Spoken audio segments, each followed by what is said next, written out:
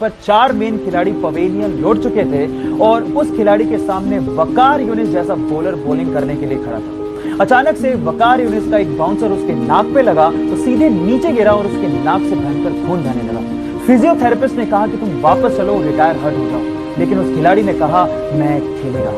उसके बाद उसने उसी ओवर में 3 बाउंड्रीज मारी और एंड तक नॉट आउट रह के मैच भी बचाया। खिलाड़ियों ने उसका हौसला देखकर कहा कि भले ही इसका कद छोटा है लेकिन भविष्य में नाम बहुत बड़ा करेगा। जी हाँ, उसका नाम है सचिन रमेश तेंदुलकर। इस क्रिकेट के वनडे मैचेस को तो आप लोग जरूर देखते होंगे। चलो इसके बारे में एक इंटरेस्टिंग फैक्ट पूछता हूँ।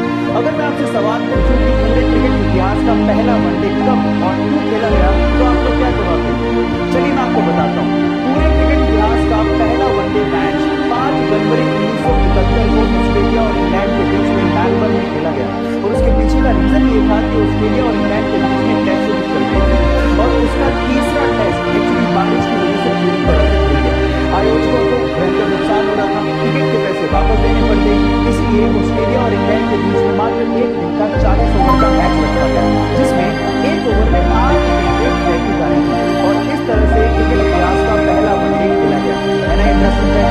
गाइस, ऐसे इंटरेस्टिंग फैक्ट्स के लिए YouTube पे हमारे चैनल को सब्सक्राइब कर लीजिए। गाइस, क्या आपको पता है कि सचिन तेंदुलकर को अपने इनिशियल दिनों में मारुति 800 जैसी एक सिंपल कार खरीदने के लिए बैंक से 40,000 रुपए का लोन तक लेना पड़ गया था और आज वही सचिन तेंदुलकर BMW जैसी कंपनी के इंडिया में one of the brand ambassador है। इन तस्वीरों से ये साफ होता है कि अगर आप में डिटर्मिनेशन है और अगर आप में विल पावर है तो आप लाइफ में कुछ भी अचीव कर सकते हो। इसीलिए अपने आप पे विश्वास रखो और जिस चीज को कर रहे हो उसको करते रहो तब तक जब तक आपको सफलता हाथ नहीं लग जाती। इस बारे में आपका क्या ख्याल है? चैट सेक्शन में लिखना मत भूलिएगा।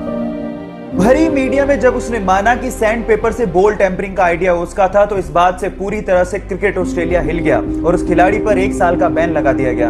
उस 1 साल में उसकी बहुत बदनामी हुई और उसे लगने लगा कि क्या वो कभी टेस्ट क्रिकेट खेल भी पाएगा, लेकिन क्रिकेट के लिए उसने अपने पैशन को कम नहीं होने दिया। फाइनली 2019 में इंग्लैंड के खिलाफ उसे एशेज खेलने का मौका मिला, लेकिन जैसे ही वो बैटिंग के लिए उतरा वहां के लोगों ने उसे सैंड पेपर दिखाकर चीटर कहना शुरू कर दिया और रोते हुए मुखौटे लगाकर उसे चिढ़ाना शुरू कर दिया।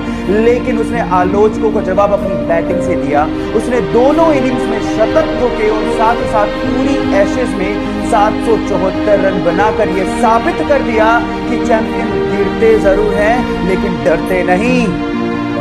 जब कोई टीम पहले ही टेस्ट में मात्र 36 रन पे पूरी की पूरी ऑल आउट हो गए तो उस टीम से तो आप क्या उम्मीद रखोगे? लेकिन चैंपियन जानते कि जहां पर लोगों की उम्मीदें खत्म होने लगे वहीं से ही बाउंस बैक करना होता है, क्योंकि गिरते उठने वाले को ही मुकद्दर का सिकंदर कहते हैं। और कुछ ऐसा ही किया टीम इंडिया ने दूसरे टेस्ट मैच में, जहां एक और विराट कोहली, रोहित शर्मा और ईशांत शर्मा जैसे खिलाड़ी खेल ही नहीं रहे थे, वहीं सबको लगने लगा था कि अब तो भाई भैंस पानी में, लेकिन कभी अजिंक्य रहाणे की कप्तानी और उनकी शतकीय पारी